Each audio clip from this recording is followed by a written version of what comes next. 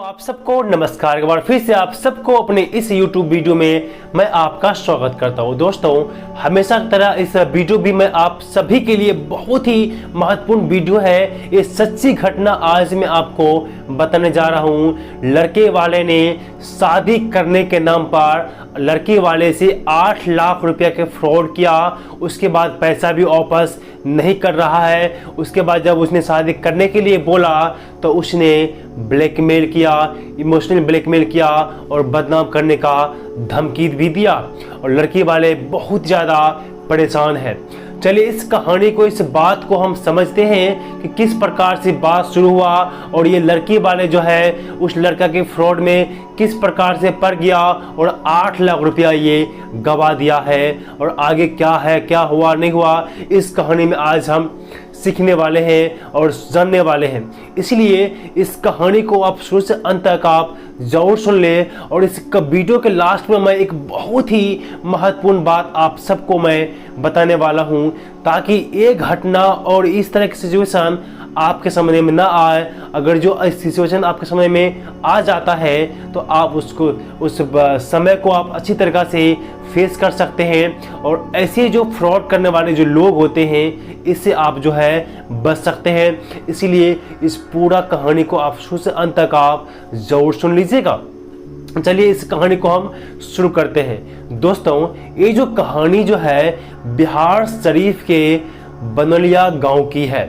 ये सच्ची कहानी है। इसी बनोलिया गांव में एक खुशहाल परिवार रहा करता है और उस परिवार में टोटल जो है 8 सदस्य हैं और उस परिवार में 4 भाई हैं, 2 बहन, एक मम्मी है। उसका पापा जो है कुछ साल पहले एक एक्सीडेंट में डेथ कर गया और पापा गुजरने के बाद इसके पापा को कोई सर्विस में नौकरी था सरकारी, उसमें जो लगभग 10,000 रुपया जिसका पापा को जो मिला उसको डेथ होने के बाद, उसके बाद इसका परिवार में जो 4 भाई हैं वो 4 भाई में से 2 भाई में सरकारी नौकरी करते हैं और पापा की जो भी मृत्यु हुआ वो एक्सीडेंट में, उसका भी बहुत सारा पैसा इसको मिला हुआ था। और 2 भाई नौकरी करता है और 2 भाई पढ़ाई करते हैं और दोनों बहन जो है वो भी एक बहन BA में पार्ट 1 में, एक बहन पार्ट 3 को पढ़ाई कर रही है।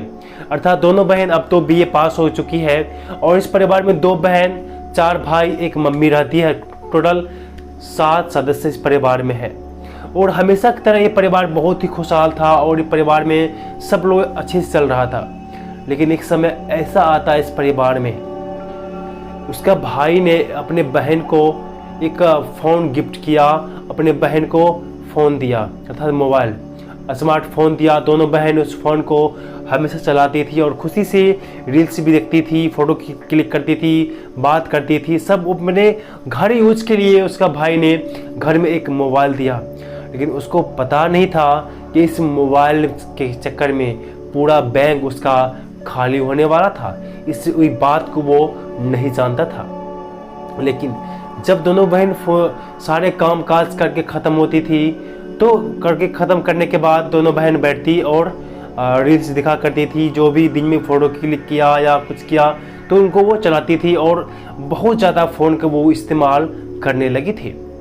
लेकिन जब उसको रील्स को देखते देखते क्या हो गया, उसको एक ऐड आता है मैरिज ब्यूरो से कि लड़की जैसे भी हो काली सांवली शादी करने के लिए आप रजिस्टर करें। मैरिज ब्यूरो से एक उसको ऐड आता है, एक रील आता है और उस रील पर वो क्लिक कर देती है। क्योंकि दोनों बहन BA पास हो चुकी है और उस परिवार के लोगों ने दोनों बहन का शादी नहीं किया। दोनों बहन लगभग 20 साल के से ऊपर की हो चुकी थी, शादी नहीं किया। और वो जो लड़की है बहुत चंचल है और बहुत अच्छी स्वभाव की है। तो उस लड़की ने देखा, मैं क्लिक करके देखता हूँ कि ये मैरिज ब्यूरो कैसे है, किस प्रकार से काम करता है। जैसे ही उस एड आया मैरिज ब्यूरो का शादी करने के विषय में, कुछ उसने वीडियो क्लिप दिखाया, कुछ फोटोग्राफ्स दिखाया, तो उसने उस वीडियो पर क्लिक किया। उसकी बड़ी बहन जिसका नाम है प्रियंका और एक छोटी नाम है वर्षा, बड़ी बहन ने क्लिक करके वो चली गई। उसके बाद में छोटी बहन जो वर्षा है उस वीडियो को देखने लगी और जो मैरिज ब्यूरो के जो ऐड आया था उसको कंप्लीट करके देखने लगी। तो उसमें ऐड आया उसमें ऑटोमेटिक जब उस पर क्लिक किया उसके पास से मैसेज चला गया मैरिज ब्यूरो के पास में। लेकिन वो मैरिज ब्यूरो जो है वो फ्रॉड करने वाला था। दोस्तों मैं आप सबसे कहता हूँ सर आप अवेयर रहें, किसी भी लिंक पर क्लिक करने से पहले आप 100 बार सोच लें। अगर जो किसी भी लिंक पर क्लिक करते हैं आपका मोबाइल भी हैक हो सकता है। लेकिन यहाँ जो इस लड़की जो वर्षा ने जो क्लिक किया था इसका फ़ोन हैक करके नहीं, ये मैरिज ब्यूरो का एड था। वो जो फ्रॉड करने वाला मैरिज ब्यूरो था उसने उस पर क्लिक किया, उसके बाद में हेलो करके कुछ मैसेज आया, उसने मैसेज को पढ़ा, इसने भी हेलो किया। तो उसने मैसेज किया उधर से क्या आप शादी करना चाहते हैं। तो ये लड़की कुछ समझ में नहीं आती थी क्योंकि कभी भी ये स्मार्टफोन ये नहीं चलाती थी, उतने बाहर की दुनिया इसको उतना मालूम नहीं थी क्योंकि एक ग्रामीण क्षेत्र में रहती थी, गांव में रहने वाली लड़की है। उसको नया नया स्मार्टफोन मिला, उसको चलाने के बहुत ज़्यादा मन होने लगा था। तो इसने हाँ करके मैसेज किया। उसके बाद में कहा अपने अपलोड फ़ोटो कीजिए, तो उसको अपना फ़ोटो भी अपलोड कर दिया। लड़की ने अपना फ़ोटो उसके साइड पर अपलोड कर दिया। उसके बाद में उस दाएं उधर से मैसेज आने शुरू हो गया कि आपके लिए मैंने लड़का को सिलेक्शन कर दिया। इतना फास्ट काम किया उन लोगों ने, जो फ्रॉड करने वाले थे बहुत ही फास्ट काम किया। उसने कहा आपके फ़ोटो के अकॉर्डिंग, आपकी एजुकेशन के अकॉर्डिंग ये लड़का आपके लिए मैंने सिलेक्शन कर दिया है, ये लड़का का फ़ोटो है। लड़का का फ़ोटो उसने उसको भेज दिया। उस लड़की ने उसको डाउनलोड कर लिया। लड़का दिखने में बहुत ही स्मार्ट, एक हीरो की तरह वो दिखने वाला था। ये बात जो दोनों चल रही, लेकिन इसने ये बात जो है अपनी बहन प्रियंका को भी उसने नहीं बताई और अपने मम्मी को भी नहीं बताया, अपने घर में किसी को भी नहीं बताई। और दोनों को चैटिंग करने लगा। और उसके बाद में है उस मैरिज ब्यूरो वाले ने जो एड इसने देखी थी, वो जो मैरिज ब्यूरो थी वो पूरा वो फ्रॉड करने वाला था। तो उसने क्या कहा, मैंने आपका नंबर जो है मैंने इस लड़के की फैमिली को दे दिया है, आप चाहे तो आपको वो कॉल कर सकता है आपसे बातचीत करने के लिए, आपकी आवाज़ सुनने के लिए, आपका व्यवहार देखने के लिए, आपसे बातचीत करके उनको अगर जो अच्छा लगेगा तो फिर वो रिश्ता आपसे वो आगे बढ़ाएगा। तो इस तरह से उसको उसने मैसेज किया, उसे बोले ठीक है। उसके बाद में छोड़ दिया। दोपहर में सारे बात उससे चैटिंग हो गया। शाम को फिर से उसको एक कॉल आया, उस लड़की को वर्षा को उसी नंबर पर कॉल आया जिससे वो फ़ोन चला रही थी। कॉल आने के बाद उधर से एक लड़की बोलती है आप वर्षा जी बोल रही है। इसने बोला हाँ मैं बोल रही हूँ। तो उस कॉल पर क्या बोला, क्या आपने एक मैरिज ब्यूरो में अपना फ़ोटो अपलोड किया था। मुझे मैरिज ब्यूरो वाले ने एक आपका फ़ोटो दिया है और नंबर भी दिया है, और आपका फ़ोटो मैंने पूरे परिवार में दिखाया। आपका फ़ोटो देख करके मेरे परिवार वालों ने आपको पसंद किया है शादी करने के लिए। आपके क्या विचार है, डायरेक्ट पूछ लिया उस फ़ोन कॉल्स ने। उसके बाद में इसने बोली हाँ मैं भी करूँगी। तो उसने कहा क्या आपके परिवार वालों से बात हो सकती है। तो ये जो लड़की है अपने परिवार वालों को नहीं बताती है अभी, बोलती है परिवार वाले बाहर गए हैं, अभी मैं घर में सिर्फ दोनों बहनें हूँ। तो बोला ठीक है जब आ जाए तो मुझे बात कीजिएगा। उसके बाद में क्या हो गया, एक दिन के बाद में फिर से उसने मैरिज ब्यूरो वाले ने कॉल किया कि आपने परिवार में बात किया। बोला मैं अभी तक परिवार वाले ने नहीं आया है। उसके बाद दोनों उसने बातचीत किया। उस फ्रॉड कॉल ने जो मैरिज ब्यूरो वाले ने जिसको नंबर दिया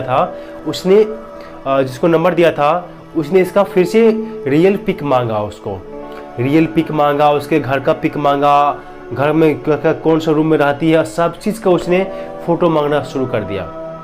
तो फ़ोटो मांग के उसने भेज दिया। उसने ये इतना समझदार नहीं थी ये लड़की, अगर समझदार होती तो इस चक्कर में वो नहीं पड़ती। तो फ़ोटो उसने भेज दिया। उसके बाद में उसका जो मैरिज ब्यूरो वाले जो फ़ोटो जो से बात किया था, या आपको मैं बता दूं वो पूरा उसका टीम होता है। हर एक एज का ग्रुप के लोग रहते हैं। जवान 20-25 साल के लड़का भी होते हैं, लड़की भी होती है, आंटी की उम्र की भी लड़की होती है, पापा की उम्र के भी आदमी होता है। एक पूरा फैमिली, एक बैकग्राउंड की तरह वो एक फैमिली की तरह वो बात करता है। तो पहले लड़का ने बात नहीं किया, पहले उसके एक लेडीज ने मम्मी बन के बात किया, मैं लड़का की मम्मी हूँ, आप मेरे बहू बनने के लिए परफेक्ट हो, मैं आपको अपने बहू ग्रुप में स्वीकार करती हूँ, आप ही मेरे बहू बनोगे। ऐसा करके उसने उस लड़की को बताया। उसके बाद फिर उस लेडीज का बेटी कॉल करती है भाभी करके, बोलती है भाभी, उसको वो तुरंत रिश्ता बना लिया कि आप मेरी भाभी हो, आप ही मेरी भाभी बनोगे, मैं बाजार जा रही हूँ, आपके लिए शॉपिंग करूंगा। बहुत सारा जेवर, सोना का जेवर का गूगल से फोटो डाउनलोड करके उस लड़की को भेजा कि मैं आपके शादी में ये सारा गिफ्ट मैं आपको दूंगा। ऐसे करके उसको अपने बातों में अपने लालच दे करके उस लड़की को अपने कब्जे में ले लिया और उसको एक परिवार की तरह बात किया। उसके लड़का ने बात नहीं किया, उसकी मम्मी बन के लेडीज ने बात किया, फिर एक भाभी बोल करके एक लड़की ने बात किया। उसके बाद में लास्ट में लड़का बोलता है, वर्षा जी मुझे आप बहुत पसंद है, आपकी आवाज़ मुझे बहुत पसंद आती है, मैं आपका फ़ोटो देखकर फिदा हो गया, पर मैं कब से आप जैसी लड़की की तलाश कर रहा था, आप मुझे मिल ही गए। ऐसे करके उसको अपने बातों में उसे फंसाया। उसके बाद 2 दिन के बाद उसकी मम्मी वर्षा को कॉल किया और बोलती है, मेरी बहू कहाँ हो तुम, कैसी हो, खाना पीना खाई। एकदम अपना घरेलू जैसी लग रहा है कि ये उसकी बहू बन ही गई है। इस प्रकार से वो बात करना शुरू कर दिया और उसके बाद में बहुत सारा गोल्ड का फोटो, उसका नेकलेस का, मंगलसूत्र का, जेवर का, पायल का, बहुत सारा जेवर का फोटो उसको भेजा, व्हाट्सएप में भेजा और बोला, बहू मैं ये सारे चीज़ तुझे मैं कोरियर कर रहा हूँ, तुम्हारे घर पर जाएगा और तुम उसको जो कोरियर का दाम है वो दे करके तुम इसको छुड़ा लेना। ऐसे करके उसको वो बताया, उसे किसी से रुपया खींचने के लिए। बोला ठीक है आप भेज दीजिए। तो उसने कोरियर भेजा नहीं, लेकिन वो कोरियर भेज दिया। कहने मतलब वो फ्रॉड करने के लिए कोरियर कंपनी को उसको स्लिप भी भेजा, सब कुछ भेज दिया। उसके बाद में 1 सप्ताह के बाद फिर उसी टीम का एक व्यक्ति कोरियर कंपनी बन के उससे बात किया और अपना जो लोकेशन बतलाया था वो अमेरिका बतलाया था और बोला मैं अमेरिका से बोल रहा हूँ और आपका जो इंडिया में कोरियर आने वाला है, अब मैं कोरियर कंपनी से बोल रहा हूँ, जब तक आप इसका फीस इंडिया का जो जाने वाला जो फीस है आप जमा नहीं करेंगे तब तक ये अमेरिका से डिलीवरी नहीं होगा। जिसने कोरियर किया है उसने आपका नंबर यहाँ लिखा हुआ है, इसलिए मैंने आपको कॉल किया। जबकि वो उसी का टीम का व्यक्ति था, उसी की टीम। उसने फिर लड़की ने पूछा कितना उसका चार्ज है, तो बोला इसका चार्ज 8,000 रुपया है। तो इसको फिर बाद में उसी दिन को शाम को उसकी बेटी बन के जो बात किया था, अर्थात इसके जो उसको भाभी बोलती थी, वो बोली भाभी मैंने कोरियर आपको लगा दिया है, लगभग उसमें 5-6 लाख का जेवर है, वो आप छुड़ा लीजिएगा सिर्फ कोरियर फीस दे करके। मेरी कोरियर फीस तो वो वहाँ से लेता है, तो वो 8,000 होगा, उनको दे करके छुड़ा लीजिएगा। तो उसने भी उसको सिग्नल मिल गया कि वो 8,000 है। कोरियर वाले ने फिर इसको बोला 8,000 जब आपको पैसे भेजने पड़ेंगे।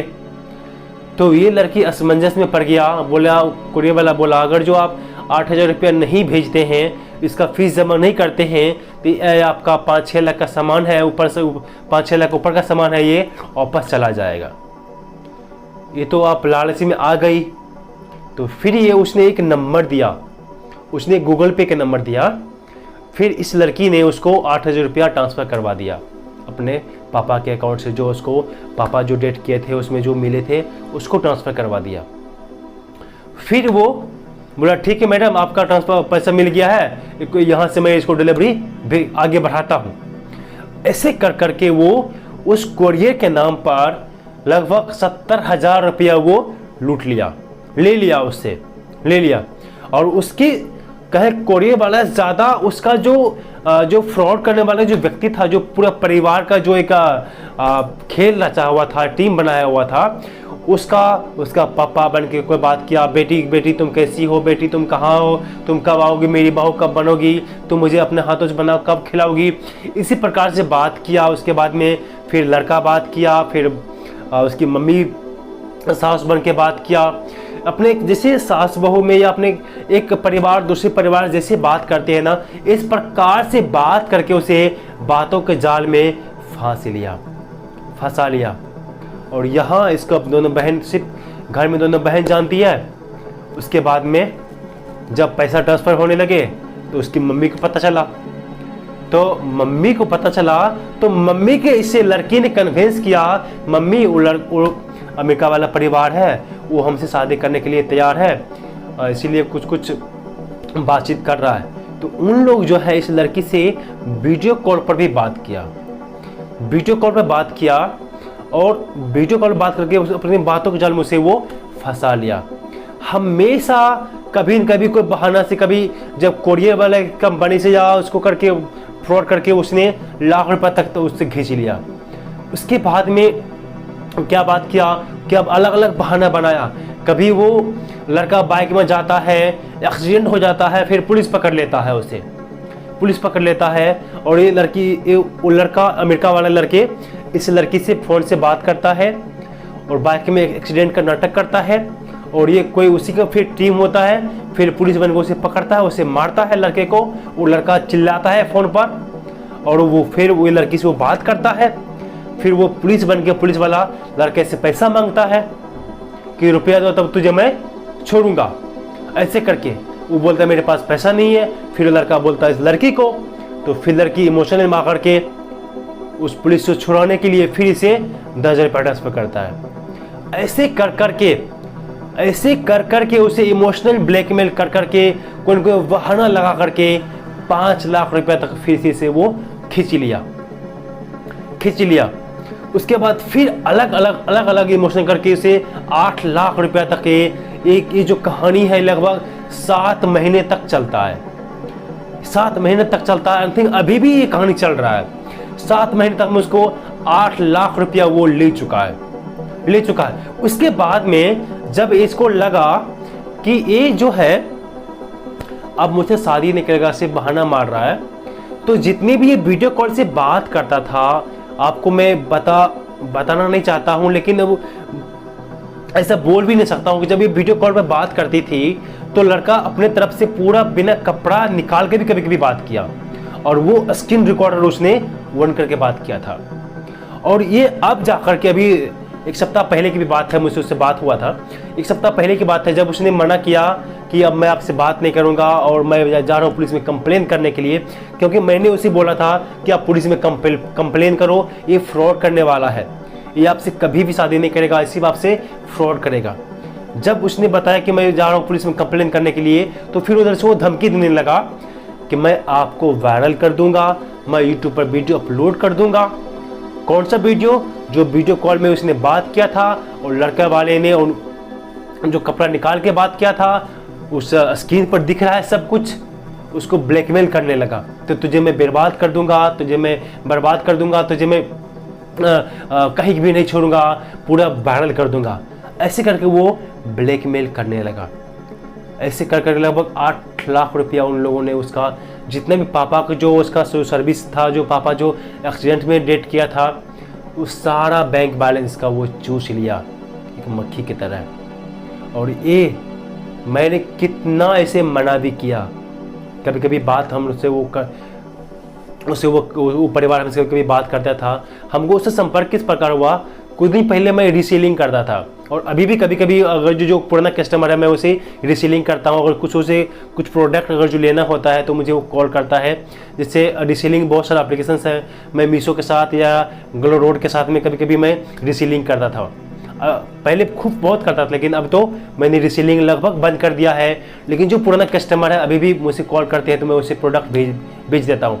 तो रीसेलिंग के जरिए इस परिवार से मुझे कॉन्टैक्ट हुआ था, लेकिन वो मेरा रेगुलर कस्टमर था। और होता है कि जब रेगुलर कस्टमर होते हैं, जब ज़्यादा बातचीत होने लगता है तो कुछ अपने परिवार की बात भी शेयर करते हैं। तो इसी तरह वो भी मुझे इस बात को मुझे बतलाया था। तो फिर मैंने उसे सलाह दिया था कि आप इस आप नंबर को बंद करो, वो पैसा आपको नहीं आने वाला है। जिस नंबर से वो बात करता था उस नंबर में जाओ, पुलिस में कंप्लेन करो, नंबर लिखा दो, वो पुलिस वाले सब कुछ कर लेगा। वो केस कर वो उसको ढूंढ कर निकाल लेगा। हो सके तो वो पैसा भी वो वापस ले सकता है अगर जो पुलिस चाहे तो।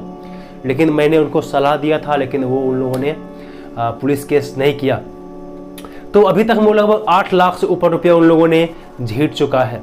तो इसीलिए मैं आप लोगों से कहना चाहता हूँ, इस प्रकार के जो भी अगर जो आपके सामने भी ऐसा केस आता है तो आप कोई भी लिंक पर या मैरिज ब्यूरो या कुछ भी, आजकल लोग तो बिना रसीद का 100 रुपया भी नहीं देते हैं, लेकिन ये परिवार 8 लाख रुपए दे दिया।